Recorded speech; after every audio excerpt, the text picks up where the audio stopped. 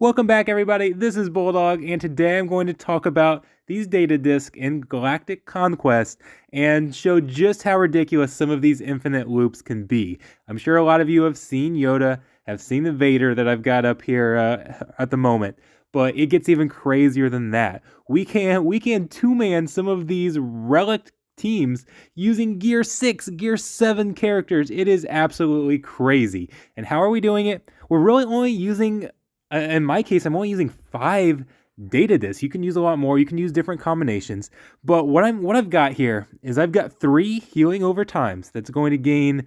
It's going to give you 2 healing over times at the start of every turn. There's 3 of those, so that's going to be 6 at the start of every turn. And then we've got this way to potentially reduce our cooldowns. Every time an ally gains a buff, they're going to have a chance to reduce their cooldowns by 1. And I've got 2 of those on here. You could add more. I thought I was actually at 100%, but you'll see later on with the Ackbar video, Ackbar actually doesn't fully reset his cooldown. So I don't really understand all of the math. I honestly think it might be bugged a little bit because the math isn't working out for me. So I guess caveat here, there might be some changes being made. Even if it's not bugged, I do expect a nerf. But those 5 are essentially allowing us to reset our cooldowns every single turn. I've also got some others in here. So the one that's giving us turn meter with buffs, you can actually just kind of ignore for the moment. That's for something else that I'm working on. I'll actually show you that towards the end. I've got some to increase speed, just to allow us to go first because we need to take our first turn to get these loops. I've also got some. I've got some that increase offense with the buffs as well. So some of these Gear 7 characters can get some offense up. But here I'll kind of show a more standard team here. Look at CLS. He can use this ability over and over and over again because it gives him 100% turn meter, and then he's calling these assists. So he takes a turn, and we could just do this all day long, taking assist. But oh wait, he's not actually the only rebel that can do this. So they're also gaining some turn meter with some of those resisted exposes. And here in a second, you'll see Han. Here he is. Han can actually stun over and over and over again. He gains turn meter equal to his crit chance, and he can do this again and again and again. He can actually solo by himself a lot of the teams out there by just taking that same turn over and over and over again. But look how crazy this is. A 2-man duo of Nihilus and Sith Assassin can actually take out a huge chunk of these teams. Now I've got a 5-man team here just because I'm trying to do the feat where I use a full Sith team, but all you need is Nihilus and Sith Assassin. And remember, Sith Assassin with that first special grants 12% turn meter to all Sith per buff he has. Well, we're gonna have 8 buffs to start out with. So that's going to be 96% turn meter, almost 100% full. Ends up being 100% full for me because I also get the turn meter when we gain buffs. First turn it's 96% turn meter if you don't have those. Every other turn after that, it's well over 100% turn meter. So Sith Assassin can go over and over and over again, granting the entire Sith team 100% turn meter. We've also got Nihilus there. Reducing Nihilus's cooldowns means he can annihilate after just a few turns. It ends up not being enough to completely reset that cooldown, but it doesn't matter. Even if Nihilus wasn't resetting the cooldown at all, Sith Assassin's going to give us an infinite number of turns. So those two together could just rotate turn meter with Nihilus annihilating over and over again. And again, this is what was that Gear 6 or Gear 7 or something on Sith Assassin. Doesn't have to be high gear at all, just has to take a single turn. Once Sith Assassin gets the turn, it is over. Game over. Nihilus is going to finish off the rest, and it's going to work against most of your teams. If you got like a counter team or something in there that can counter kill Nihilus, maybe you could run into some problems. But for a lot of teams, that's going to work. Here's another team. We've got a rebel team. This is a terrible Ackbar. It's a terrible Leia. I don't have these characters geared up. There's no, just like on the last one, there's no Zetas or anything like that. And what we've got is Ackbar needs to go first, because Ackbar will allow Leia to take a bonus turn after she uses her first turn. That's going to get her into stealth, Once she's in stealth and uses her special, she gains 100% turn meter. And then with the Ackbar lead, Ackbar is going to be called to assist every time she does that because that's not an attacking ability. Ackbar has a chance to gain turn meter on his basic.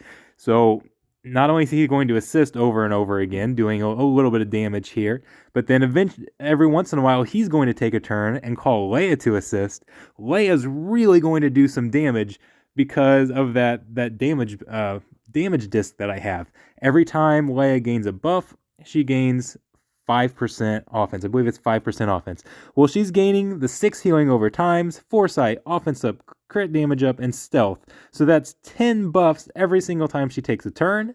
And so that's 50% offense she gains over and over again. So even though this is a terrible Leia, she's going to end up hitting very, very hard by the end of this. Ackbar is actually not doing too bad of damage himself because he's stacking that offense as well. Not near as fast as Leia, but you see he's doing a nice little chunk of damage here for a terrible Ackbar. And we're taking on a Relic Geo team. I did this against bounty hunters, and if you notice at the beginning, these guys didn't even have full stamina. They were 91% stamina, so it's terrible gear. Not necessarily low stamina, but not full stamina. And we can create an infinite loop to make these easy. There's some other ones as well. There are so many of these that you can play around with. Here we've got a first order team. I put Watt in there just because I wasn't sure if how soon Phasma or OG Kylo here were going to get their turn. So I was just trying to speed up that first turn for Phasma. Turns out I didn't really need it. But Phasma is going to grant turn meter to all the first order team, actually to everybody.